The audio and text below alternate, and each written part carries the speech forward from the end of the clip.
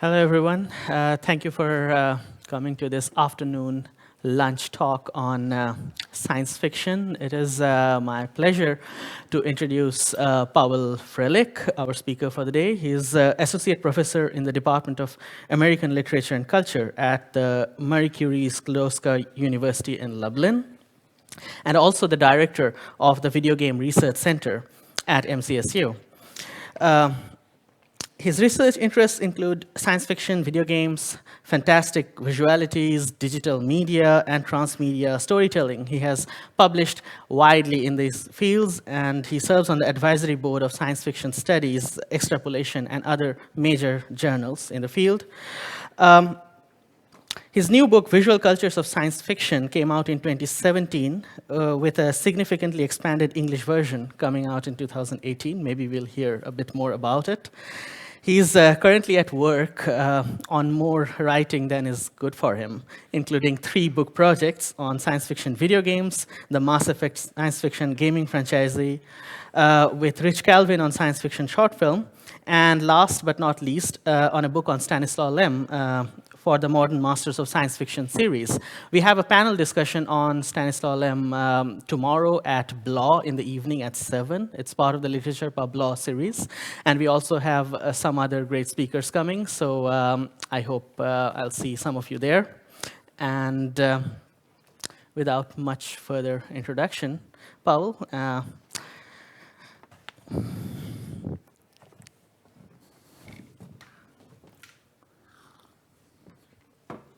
Thank you so much. I know I'm competing with lunch, so I'll try to be entertaining, and I always have cool slides, if that helps. So I'll try not to let you fall asleep. Also, I suspect I'll make a couple of unorthodox statements, so you are most welcome to disagree or boo or ask questions afterwards. So yeah, Ghosts of Futurist Past, Science Fiction, Retro, and Retrofuturism. And here, my keyword, my operative word is, of course, Retrofuturism. And I'd like to begin with a sort of, well, maybe not a very controversial statement, to say that science fiction, modern science fiction, in any medium really, but primarily in literary media, is obsessed with time. Which was not always the case. Of course, if you look at the 2 main parameters of foci of Western culture, which is space and time, space for a very long time was also for the fantastic narratives, was the primary source of interest. And of course, this could be associated with the geographical explorations, with the map that was not closed yet, with sort of curiosity about space on Earth. But very often this also translated into some of the early narratives that you could call fantastic, not necessarily science fiction as such, but fantastic narratives that were, interested in exploring through those fantastic metaphors of space. Now, that has changed. Of course, one of the reasons of that change was the closing of a map, which of course started happening already in the 16th century. By the late 18th century, the early 19th century, the map is pretty much complete. You just kind of fill in the dots. But it takes time to register. But I think it's very productive to think about the difference between what sometimes has been called proto-science fiction, which sometimes goes back, of course, the Frankenstein, 1818, we're celebrating 200th anniversary next year. If you go back to Kepler, Somnium, or, of course, Thomas More's Utopia in the early 16th century. And some of these have sometimes been considered part of science fiction, kind of a very high, respectable heritage or lineage. And that's kind of understandable. Any genre wants to do that. But the difference between those kind of proto-science fictions and modern science fiction, and for most people, modern science fiction begins in 1895 with the publication of A Time Machine by H.G. Wells, is precisely in that treatment, in that focus on time rather than space. The proto-science fiction is obsessed or interested in space. Modern science fiction is obsessed with time. And you can see that in a number of conventions or subgenres or categories within modern 20th century science fiction, like the very fact that there are even, and you can find them in most science fiction encyclopedias, there are separate subgenres of near-future SF and far-future SF, although any kind of thematic preoccupation can be part of that. Of course, time travel narratives with different types. That alone is a little world in its own right. Alternate histories that are sometimes considered to be part of a much bigger field of uchronias, any kind of narrative that manipulates time. There is a website, uchronia.net, that lists about 3,000 texts, most of them literary, as belonging to those time manipulation genre. Future history, of course, that already people like Asimov dealt in. Steampunk, which again plays with our sort of retro historical understanding of a Victorian past as supposedly moved into their own future. So there are a lot of various conventions, subgenres, preoccupations within science fiction, all of which revolve around temporal imagination or time. And of course, retrofuturism, that I want to be talking about today, is not necessarily the most recent, one of the most recent, but definitely it's part of this larger phenomenon. The temporal imagination and the obsession with time in contemporary 20th century, late 21st century science fiction.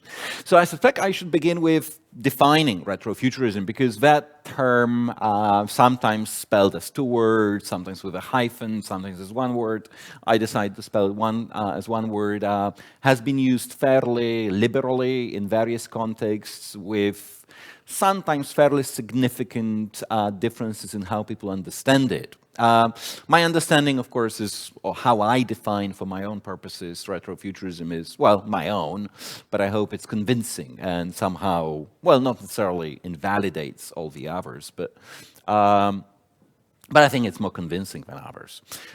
Technically speaking, the term itself was used for the first time by Lloyd Dunn, who otherwise, outside literary circles, was known as one of the members and I think founders of this sort of weird musical project, the Tape Beatles, that was involved sort of copyright manipulations in music in 1983, although Dunn did not necessarily use this term the way I use it. Now, the way I use it, and this is a kind of a really compact definition, I'll be riffing or going around it in a sec a little bit more, is that, so retrofuturism for me is a practice of a use, referencing, framing, inserting elements of older futuristic imaginaries, and these can be both fictional and real as expressed in, well, science or quasi-science or futurology. I can't say that word now. Science of the future, predicting the future, futurology. So inserting those into contemporary narratives, which is a very very specific use, which I think we have seen quite a lot of in the last 20, 30 years. Yeah, so that's retrofuturism. Now, probably at that point, you could ask, how is that different from retro? Because there is also a lot of retro in science fiction. It is different, and I have 4 primary case studies, which I hope will illuminate the difference. But when you talk about retro in general, of course, this is a term or a phenomenon that extends far beyond science fiction or the fantastic, is the cultural use of various styles in art, in design, in fashion, but also activities or pastimes. So you think about retro gaming, which is not the same as retro games that look retro, but retro gaming that has been a pretty big phenomenon, pretty big, very fashionable in the last 10 years, using those either renovated or sort of the newly made retro consoles, sort of coming back to that. Well, very often it is, of course, demographically based. People who grew up in the early 1980s and remember those, or even late 1970s, remember those early consoles and the experience, horribly pixelated, of course, and on small screens, and the experience of playing that. So retro, in general, may refer, when we talk about specifically science fiction, may refer to the presence of certain, yes, elements from the past. It may also describe certain, I'll have examples of that too, describe some non-diegetic elements of a construction of a story. So retro doesn't have to be part of a story, it can be how you tell that story using a specific medium. There will be examples. But that means that, of course, retrofuturism, in my narrow understanding, always already or necessarily has to use retro elements. That's how we recognize it as retrofuturistic. But this doesn't mean that every use of retro in science fiction is automatically retrofuturistic. So it's like, you know, every apple is a fruit, but not every fruit is an apple, kind of a thing. But I'll have examples. I also think that although different people, again, this is where I differ from a number of other critics, people have tried to talk about retrofuturism in, for instance, literary narrative. I think it is most productively, spectacularly, both metaphorically and literally, treated as an aesthetic, as a kind of a visual practice that is evident across a range or in practically all visual media. My principal examples will be from fairly mainstream, I assume, science fiction film, because you know that's what most people know and can relate to. But of course, you see retrofuturism, in my sense, in comics. So, for instance, Dean Motter, a very interesting American comic artist, essentially any comic that he did in the Fantastic, he also drew and wrote some crime stories, is very retrofuturistic, even if you can look at the covers, especially the Terminal City series that spans 3 different lines of comic books. You see it in video games, so Bioshock, well, the first one, but really the whole trilogy is a good example of retrofuturistic strategies used in video games. And again, of course, the visual, but also to a certain extent narrative aspect of video games. You see it in television. Stranger Things probably is not strictly science fiction. And I try to think about the examples of television shows, science fiction television shows that would be very retrofuturistic. And apart from a bunch of episodes from Star Trek, I couldn't really readily come up. So if you have suggestions, especially after I have finished, I'll be grateful. But definitely, Stranger Things has been now in the 2nd season riffing on this kind of a 1980s nostalgia, or short film.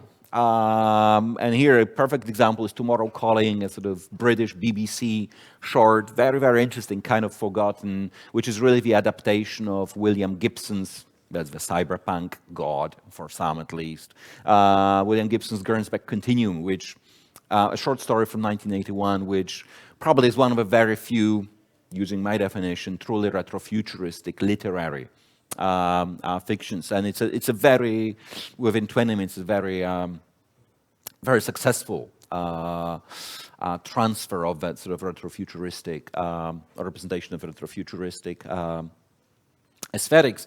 And the reason why you see it, or why I think it's most productively conceived of, retrofuturism is most productively conceived of as a visual strategy, is because it would be much more difficult to talk about retro gestures when you think about language. And of course, there are certain phrases that, I don't know, Heinlein in Stranger in the Strangeland use that word grok, which means kind of understand, but also empathize and so on. And nowadays, when you say grok, you know, everyone thinks, oh, this is so 1960s. So there are certain terms that are clearly attached to certain earlier periods within science fiction. But by and large, it would be very difficult to argue that this contemporary story is written from a literary point of view or linguistic point of view, from as a sort of the way the stories in the 1930s or the 1950s and the 1970s were written. I mean, you could probably do it, but to a certain extent. Also, of course, visual styles, iconic styles, whether any kind of part of any kind of imagery seems to be much more sensitive when it comes to the transitions between decades. Literature doesn't register changes so quickly, so it will be very hard to argue that the 1950s literary SF is different from the 1970s literary SF in terms of the style of the language, but does not apply to various individual authors, but as a whole. Whereas, of course, if you look at the iconography of science fiction film, for instance, right at first sight, you can probably, in many cases at least, see the difference between the 1950s movies and the 1970s movies. And we're not even talking about, the late 1970s blockbusters, because that's the start of a new era. So visual imagery register the passage of time much more sensitively, much more finely, which also means that they are more recognizable. Certain visual styles, certain iconography, the shape of things, literally speaking, is much more recognizable as belonging to a second past period, even down to a sort of scale of decades. So that's why I think it's far more interesting to discuss this phenomenon in visual media. So all of this, of course, sounds very cool. I hope it does sound very cool, and and these are some of the cool pictures. But there are always problems, and if there are problems, it's probably one of the Marxists who bring in those problems. And Frederick Jameson, which I assume, if you've done any work in the humanities, the name is recognizable. For a neo-Marxist, Jameson surprisingly loves expensive wines too much, a little too much. He loves, if you ever invite him, be prepared to pay $300 up for a bottle. Okay, so he's a high maintenance.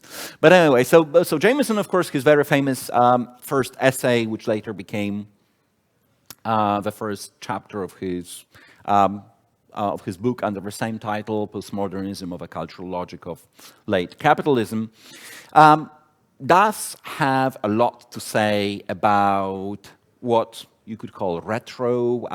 He uses, the term that he uses a lot is nostalgia mode, but what he really means, talking about films, what he really means is actually the use of retro elements in contemporary cinema, of course, late 1970s, the early 1980s, mid-1980s, that's when the original essay appeared, the book in, I think, 91 or 92.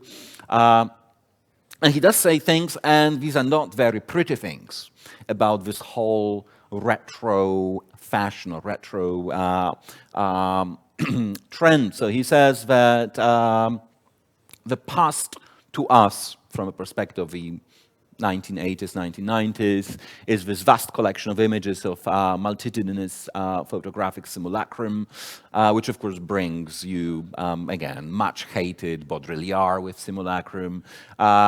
When he talks about various products of the 1980s and the early 1990s culture, he notes this preoccupation or interest or love of retro gestures through various visual elements. So again, he's very consistent with my perception as kind of a retrofuturism or retroism as a visual strategy. But he also summarizes this whole trend fashion as this insensible colonization. This is typical Jameson, of course.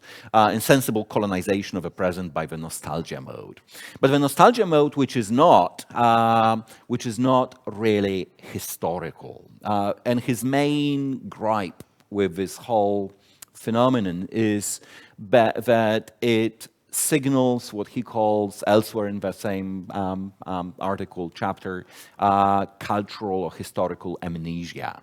That we reuse, and again, his primary medium is film, but I guess he would make the same argument about other media, definitely television. is that we experience of that this phenomenon of a use of retro imagery or retro narratives is a signal or a symptom of what he calls the waning of our historicity, that we seem to be quoting the past a lot, but this does not translate into any kind of understanding of that past, that the past is reduced to certain, what he calls, empty visual gestures that do not really trigger specific knowledges of that past, which of course from his perspective is a bad thing, not knowing the past and sort of just kind of a recycling, reusing visual markers of that past in contemporary narratives, sometimes even without the audience's awareness. One of the principal examples that he provides is, I think, that movie Body Heat from the early 1980s, a crime mystery movie, which is a remake of one of the earlier noirs, but very few people actually recognize this. So he has bad things to say about the retro fashion, the retro trend. He does not say much about retrofuturism specifically, but then again, his diagnosis is not limited to one genre. So I can assume for a second that he would say the same about the presence of retrofuturism within the world of science fiction. So this is a kind of a little or a big but, and I'll come back to him and whether I think he's right or not later on. But first I have 4 exhibits or 4 examples, as I mentioned, of movies, science fiction movies. Most of them, I assume at least 3 out of 4 should be fairly recognizable, that demonstrate various ways in which retrofuturism as this strategy, visual strategy, works in science fiction texts. The first, of course, is recognizable for all kinds of reasons, not the least of because of a recent sequel that much loved or much hated, depending who you ask, Blade Runner 2049. Ridley Scott, 1982. The 1980s by now have, of course, as a decade has become sufficiently far in the past to already be the source of retro. There is no strict formula for that, but retro becomes, or things become retro usually if they are separated by a buffer of 2 or 3 decades, give or take. Of course, there is no formula, there is no principle. But, you know, if you look at most examples, kind of this is more or less how it works. So Blade Runner, of course, on the one hand, or from one perspective, is the ultimate retro gesture. And again, most people don't realize that or realize that on a very limited scale. There is one movie, of course, Fritz Lang's Metropolis from 1927, again, very often perceived as the Ur science fiction film that is visually quoted in Blade Runner again and again and again and again. I mean, pretty much. So many people have noted the comparisons between architecture and, again, you know, the shapes, the actual constructions being too close to be coincidental. And, you know, Scott admitted on a number of times his love for Metropolis, but even sort of very specific scenes, like, you know, Deckard, Harrison Ford reading the newspaper. These are all, of course, shots from Metropolis, reading the newspaper. You know, those kind of video, phone. You know, so there are dozens of those. Not just even general visual quotations, but, you know, specific references to specific shots or specific frames in Metropolis. But that's not what is most interesting. This is just basically an homage. Blade Runner is an homage to Metropolis. But if you look at the design of the world, the way Los Angeles of 2019 is presented, of course, while it seems to be a very modern, very futuristic city, also because it has made Los Angeles vertical, like New York. Los Angeles is culturally most often thought of as a kind of a horizontal city. But there are, within this sort of futuristic architecture, and of course neon and light and seemingly plentiful energy of a movie is very futuristic, so all those sort of huge scale billboards and displays that we see. But if you some of the elements of the architecture, so those kind of ziggurats, which are not the usual futuristic skyscrapers, but ziggurats possibly borrowed, and again, there are several sources, I'll mention at least one of them, either from the Aztec and Mayan, or even going back to Egyptian. There are some interiors. This is Tyrell Corporation, where Deckard first interviews Rachel, which of course is actually styled, that particular shot, on Citizen Kane, the library scene with a kind of a shafts of light coming from diagonal from the left. And of course, Citizen Kane by that point is a sort of very retro text, or set in the world which would be perceived retro. But there are also other very specific quotations. So inside Deckard's apartment, I don't know how many of you have seen Blade Runner or how carefully you have watched it. The walls are covered in this kind of a designs. This is, of course, a faux Frank Lloyd Wright designs, who himself had borrowed from the Aztec and Mayan designs. If you look at the clothes, so not just kind of the interiors, Tyrell and Rachel, but the way Rachel's hairdo is exact. What's the movie with John Crawford from the late 1940s? I always blank out. Marge Piercy, I think that was. Oh no, forget. I don't remember the title. But the color, that's the Shanghai Express and Marlene Dietrich. But if you look at the fashions, very clearly they are sourced from the past. They do not seem to belong in this kind of a futuristic neon future. So there are those multiple retro elements in various parts of a visual design. But Blade Runner is not a retrofuturistic movie. It has retro elements. You remember, retrofuturism has to use retro elements, but not every use of retro is retrofuturistic. Blade Runner is not retrofuturistic because even though we have those multiple, and there are reasons for that too, like the fashion and the interiors signal the social class, for instance. It's not a retrofuturistic movie because although we have all these retro elements, the movie comes across, well, as futuristic, period. It's very consistently sort of looking into not always very bright future, and those retro historical elements of the past, visual pastness, as Jameson said, is sort of very seamlessly integrated into the overall kind of a futuristic design. So this is retro, but not retrofuturistic. Exhibit 2, well, in terms of the quality of the movie, it's going to be a little bit sort of downhill from now.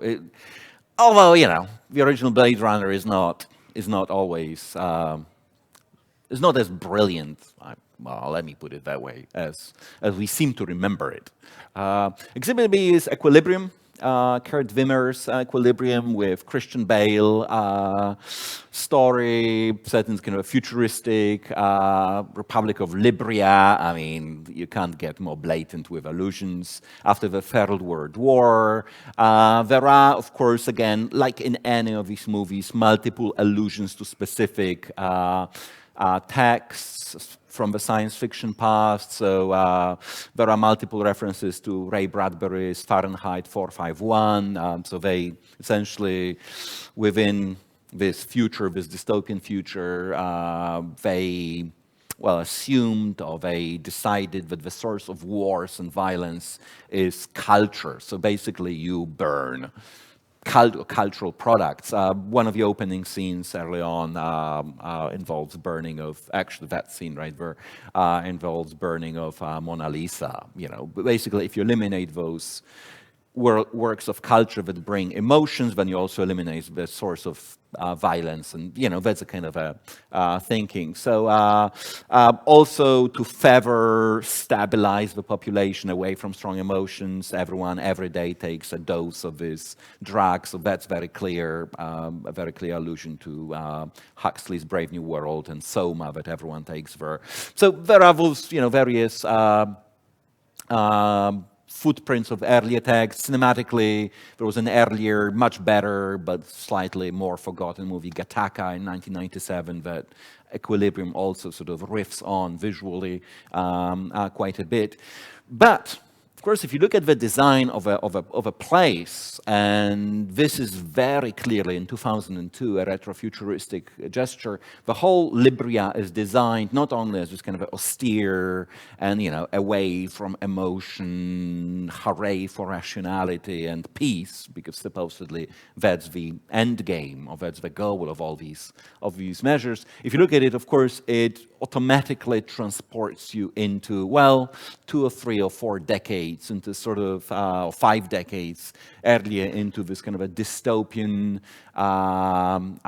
reality that is sometimes very reminiscent, at least from certain angles, like Leni Riefenstahl's movies that with, of course, Nazi architecture that she made for Hitler, or any sort of mid-20th century, early 20th, mid-20th century dystopias, where a certain type of modernist or faux-modernist, brutalist architecture with its simplicity, clear lines, the lack of color, orderliness, symbolizes the triumph of rationality at the expense of humanity and emotions and so on. And you have multiple footprints of that, all over the movie in terms of the architecture. Very interestingly, actually, parts of it, of Equilibrium, were shot.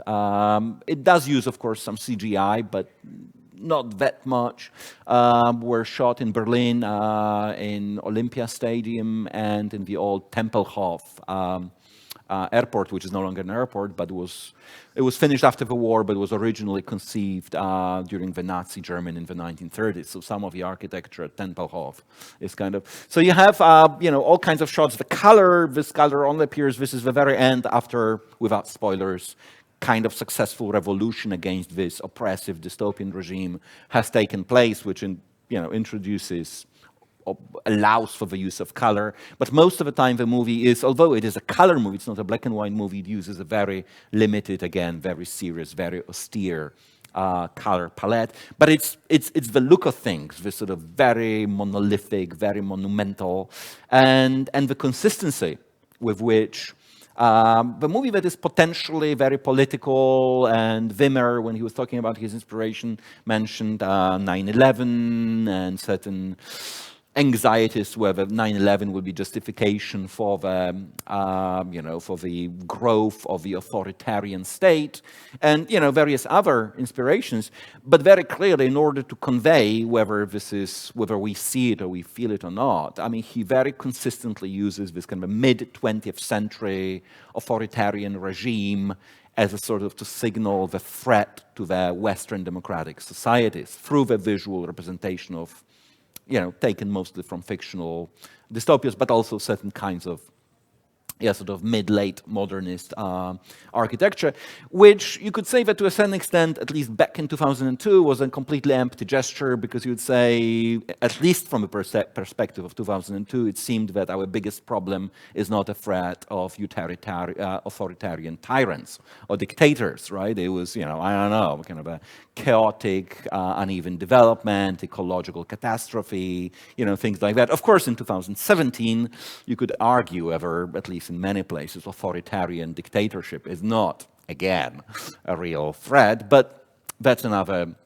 story. So definitely, Equilibrium is very retrofuturistic, alluding to a very specific historical, architectural, but also visual styles, mid-century, early 20th century, mid-20th century.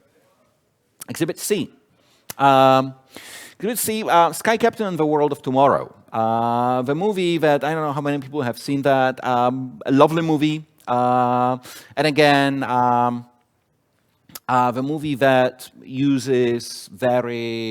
has numerous references or allusions. I don't know, how many people have seen it? Okay, I mean, it got really reviewed badly when it came out, and I think it's much more sophisticated than people thought it was.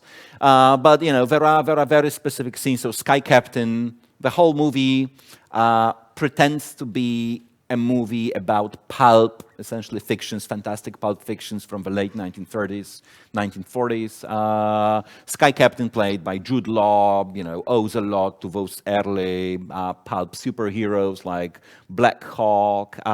The subtitle, The World of Tomorrow, is very clearly the allusion to the part of a 1939 New York World Fair, The World of Tomorrow, or Futurama, which was part precisely this very, but serious, not fictional, vision of how technology is going to bring about a better world.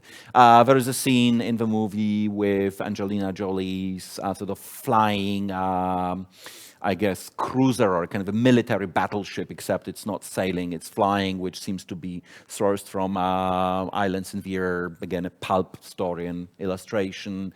There's an attack by giant robots on New York early on in the movie, which again is very clear reminiscent of one of the early episodes of Superman in animated Superman from 1939.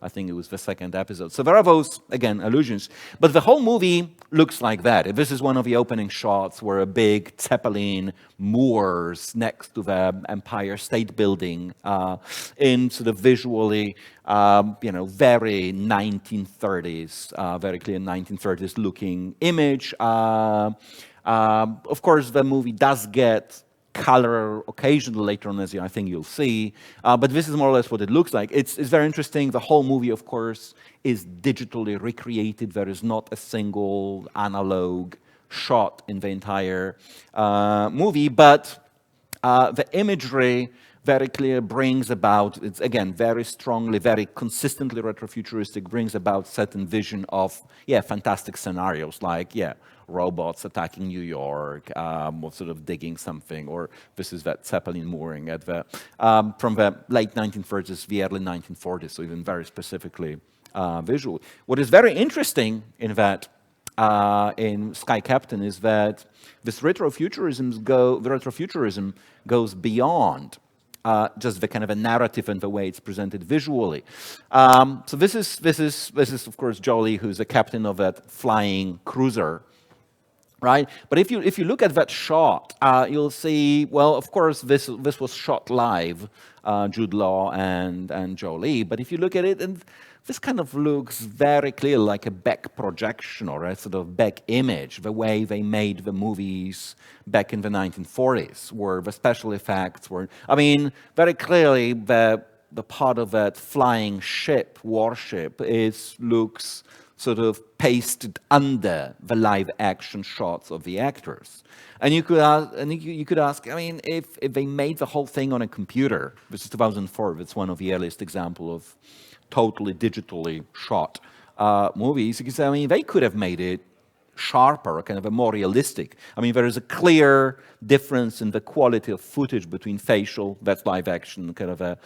But of course, they didn't. Conran didn't want to do that. He precisely wanted to achieve that effect, that the movie really made back in the 1930s and 40s would have, what you could call the back projection, or kind of the background imagery that you couldn't even compensate for with lenses or with light.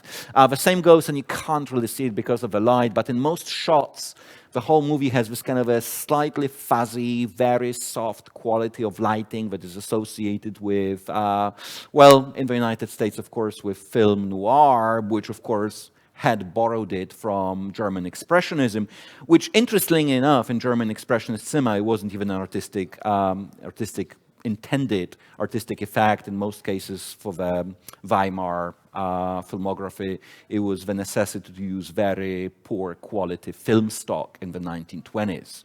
So some of these early German Expressionist movies look sort of fuzzy and sort of slightly not sharp, not because they thought it was an interesting artistic device. It was basically, they couldn't get sharper stock with better sensitivity. But then that also is kind of replicated, although it's an ultimate simulacrum, but every single of these effects is recreated digitally.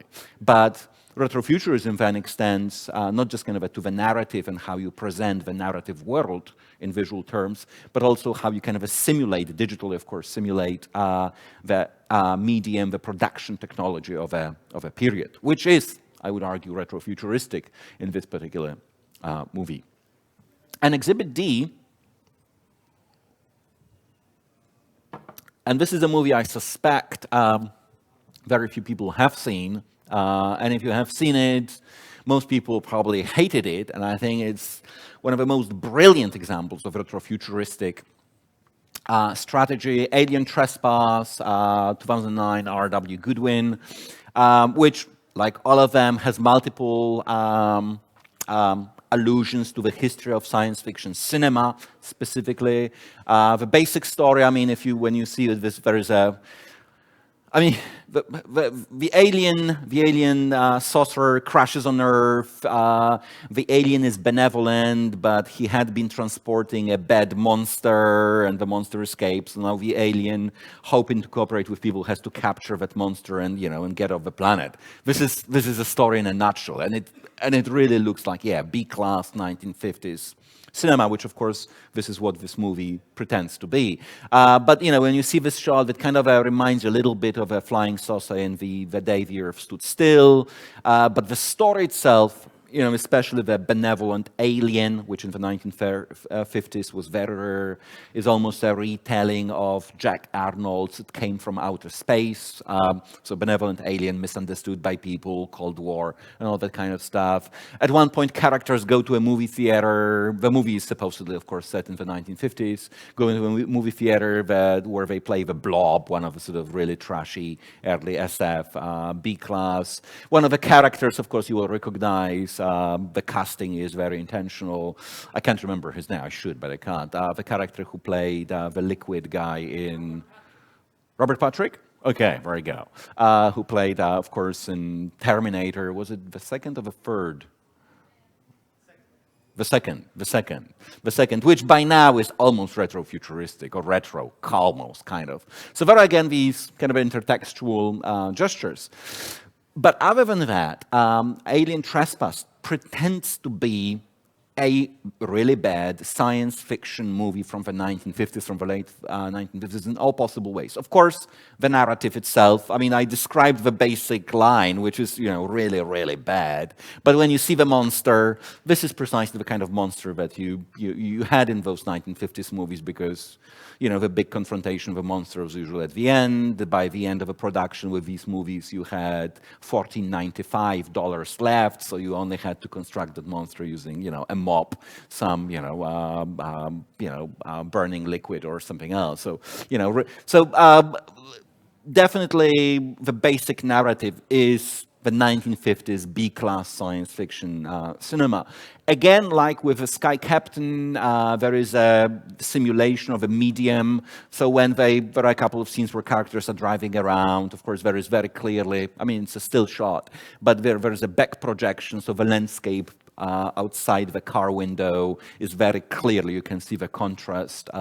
It was backlighting rather than main lighting, of course, was from front. When you have sort of bigger scenes, I mean, the same, the background is sort of painted over drape, so you can clearly, and again, this is very intentional to achieve that effect. There is a fictional framing at the very beginning, especially if you have a DVD.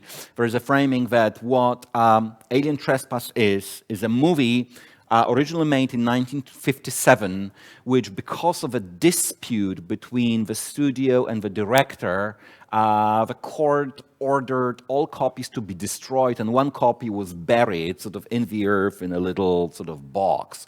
And so the movie opens with a sort of news reel from the 1957 about the burying, the lost masterpiece of science fiction cinema no one has seen. And then there's another little clip from a more contemporary newsreel where people working on a, on a building lot, a building site in Los Angeles, unearth a box with an intact, pristine copy of that 1950s movie, which what Alien Trespass supposedly is. So the whole framing is fairly elaborate.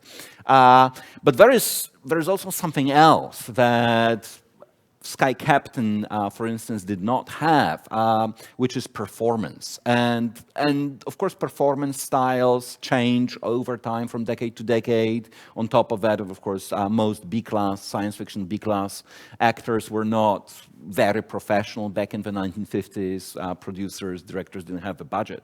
So the whole movie is played, performed with this kind of a fake artificial exaggeration with sort of iconic gestures, like the town sheriff, of course, he knows something is going on. Alien is loose in his town, the way he's sitting on his desk. I mean, you'd have to see the clip. I don't have time for that. But it really looks and feels like. Or when the teenagers, of course, that there are teenagers involved investigating that too. When they just say, okay, let's go and check this out. They say, let's go. What are you waiting for? Very artificial, very stilted kind of acting, which is, especially for most of these people who went to film schools, well, the younger actors, it's very difficult to imitate the way mid-class or low-list 1950s actors played. So here, this kind of a retrofuturistic gesture also extends even to the performance style. Even there, it looks like, because Sky Captain, although it pretends to be very 1930s, early 1940s, but Jude Law and Gwyneth Paltrow and all the other characters, their lines are still kind of in 1930s, but the way they play, the mimics, the body language is very contemporary. They are, of course, contemporary actors with, pretty good skills. So if you compare these, I'm slowly moving towards the end. If you compare these, these four movies, apart from Blade Runner, which of course uses multiple retro elements, but is not really retrofuturistic, all the others are all retrofuturistic, but they convey, they communicate that retrofuturism in various ways. With Equilibrium, it's mostly narrative and the visual representation of a narrative. With Sky Captain, it's also medium, and to a certain extent, the sound. Some of the melodies are used a kind of a really upbeat, the hero is coming back with, to rescue. But a lot of soundtrack is kind of a general film soundtrack.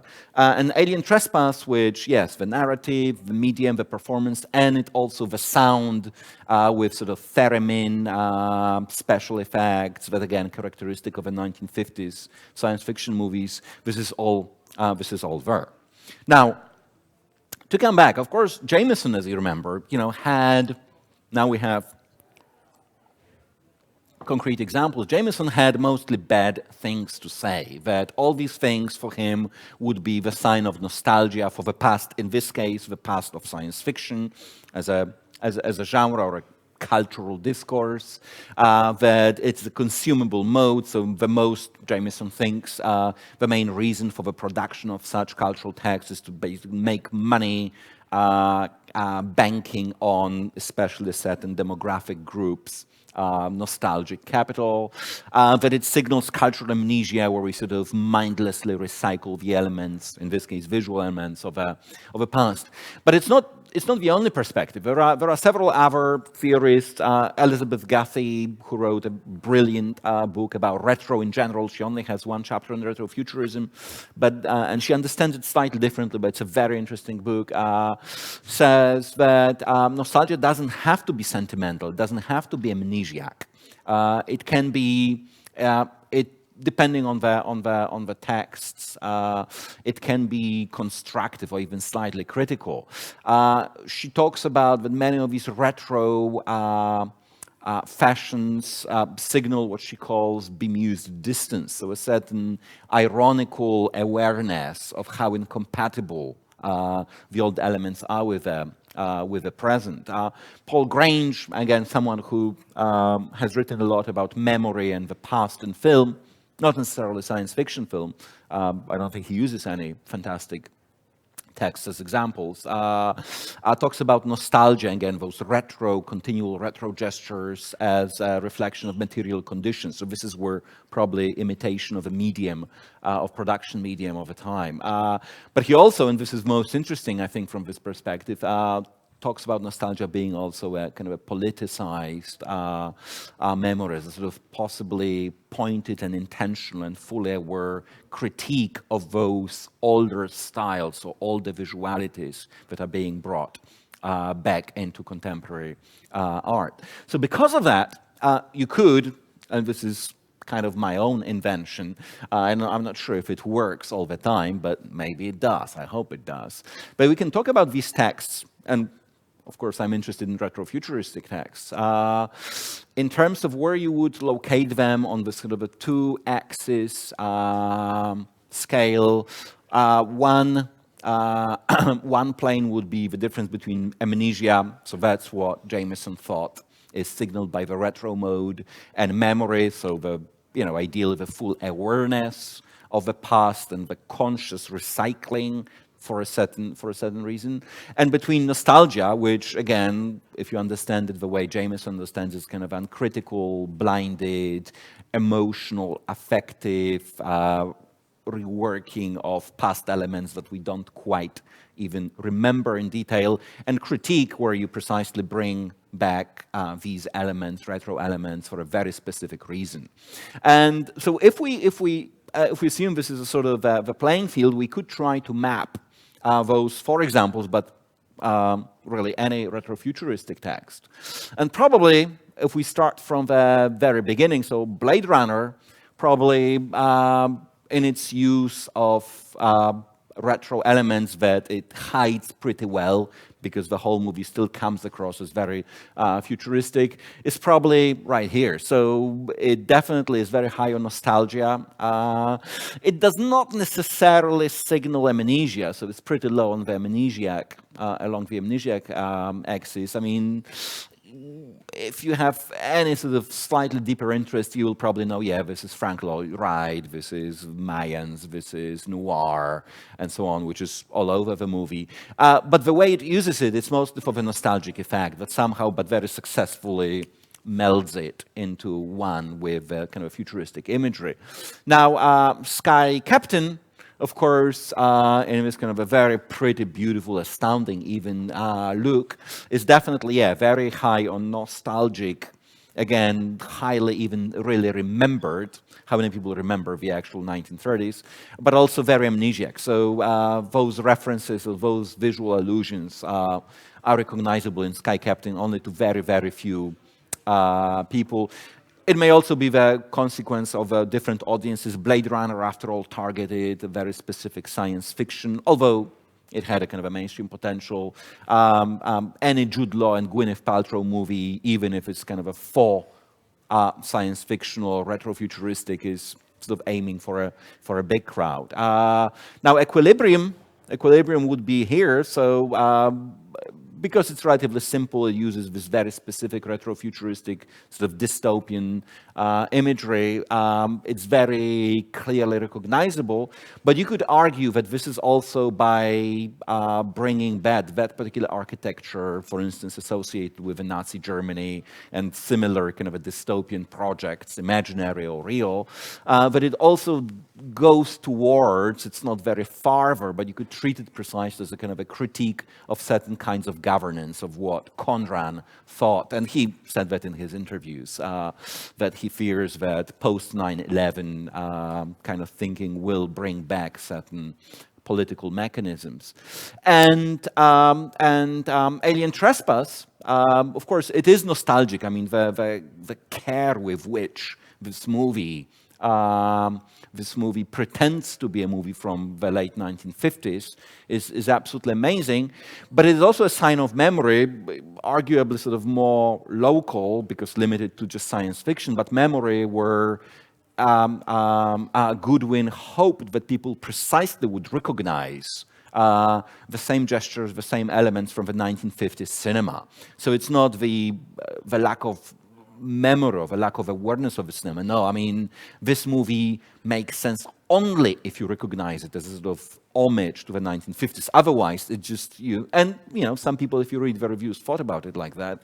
But, this is complete rubbish. How could it be made in 2009? It looks so bad and they play so badly and, right? No, I mean, if you don't know it, if you don't have that memory or the awareness of the history of a genre, of course, it completely flies over your head. But within science fiction, it is, while nostalgic, and also a sign of memory and the awareness how science fiction cinema has changed between the 1950s or the early 1960s and the now. So, and as one further example, I pasted Bioshock here, which I briefly mentioned, because you could do it with any cultural text. But of course, Bioshock on the one hand, very clearly using iconography of Art Deco, the early 20th century Art Deco, which in itself kind of enjoyed a brief renaissance in the 1960s, and kind of an underwater city of rapture.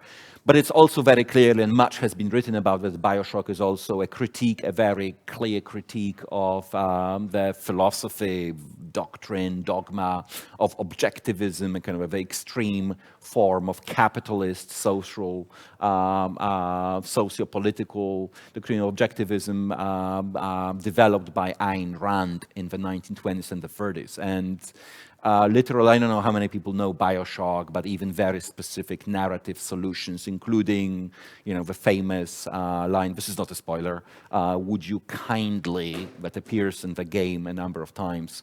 This is very clearly the critique of certain kind of free reign, everything is fine type of capitalist politics. So Bioshock would be, very strongly sort of in that corner, where it's very clearly a critique of a certain historical idea or perspective, which is not just historical. We can still see it around us in many places, but also relies on your awareness that this is associated with a certain historical moment, Ayn Rand's life, but also the early 20th century version of American capitalism with very little state intervention. So depending which text you have, you could sort of try to graph it somewhere in this system, which demonstrates essentially this is where I stop, that as a visual tactic, as a visual strategy, retrofuturism can be used in all kinds of ways to achieve very different results and effects. Thank you.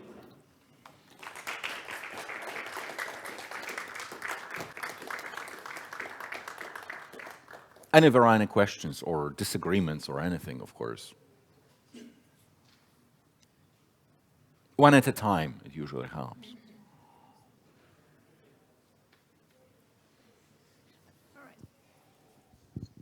Have you read the Canadian media theorist Marshall McLuhan's comments about nostalgia? He noted that people cannot really perceive the present, so they have to filter it through the past. He noted that Americans in the 1950s dressed like cowboys and decorated their homes to look like ranches, like they were pretending to live in the past. And they watched westerns on movies. And for instance, when the car was new, it looked like a horseless carriage. They even some early cars even had a fake horse head mounted in front, because the car was such a new technology that it could only be perceived through the past.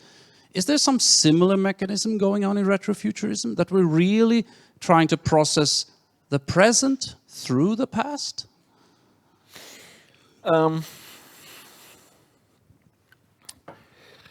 Yeah, I guess. I mean, it's interesting you should mention McLuhan, because of course, he wasn't interested in kind of a futuristic scenarios, and some of the things that he talks about are known. There is this term Skew Morph, which is a quality or an object or a property of something that derives from the past and is completely unnecessary, but you keep it to achieve certain, for the users to achieve certain familiarity. So an example of a skew morph would be the sound of a shutter in digital cameras, where of course there is no shutter, but you know, in Instagram, you know, you have to actually turn it off because by default it's on, where you take a photograph, right? Or where you have precisely, yes, like, well, in that example, sort of wooden paneling, still in the 50s and the 60s and the 70s cars that sort of remind you of, yes, sort of horse carriages and so on. Now, with retrofuturism,